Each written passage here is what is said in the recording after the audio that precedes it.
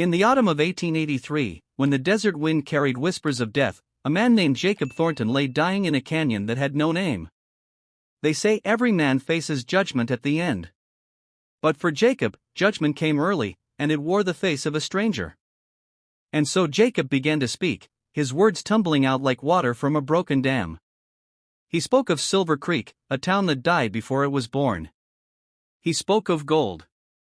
And he spoke of betrayal. But Thomas went anyway. And what he found in that canyon wasn't gold. It was something older. Something that should have stayed buried. I found him in a chamber 30 feet underground. A place the old ones had sealed with stone and prayer. And in his hands was a mask. The shaman spoke in his tongue words that sounded like rocks grinding together, like wind screaming through empty skulls. And Thomas laughed at him. What happened next?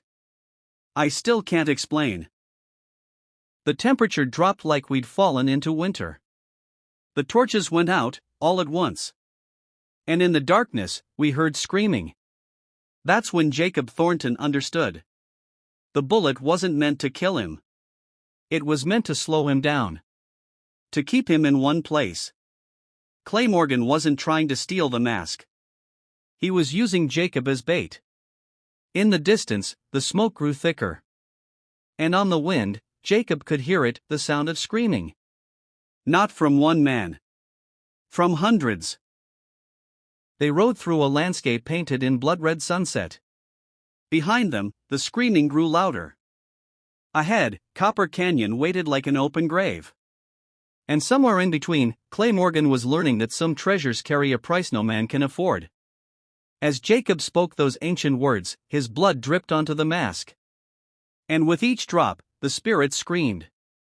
Not in rage. In recognition.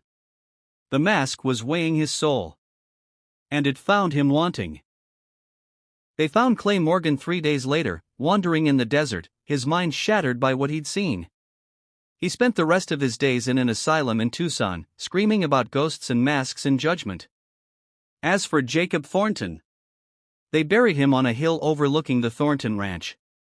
The headstone reads, Jacob Thornton, 1847 to 1883. He died saving strangers. The shaman was there at the funeral, standing apart from the others. And when it was done, he vanished into the desert, as mysteriously as he'd appeared. But sometimes, on quiet nights, ranchers near Copper Canyon hear it, the sound of a man chanting in a language older than the desert itself. And they know the shaman still walks. Still watches. Still guards the secrets that should remain buried. This is the story of Jacob Thornton. A coward who became a hero. A thief who paid the ultimate price. A sinner who found redemption in the shadow of judgment. And a man who learned too late that in the Old West, every action has its consequence, and the desert never forgets.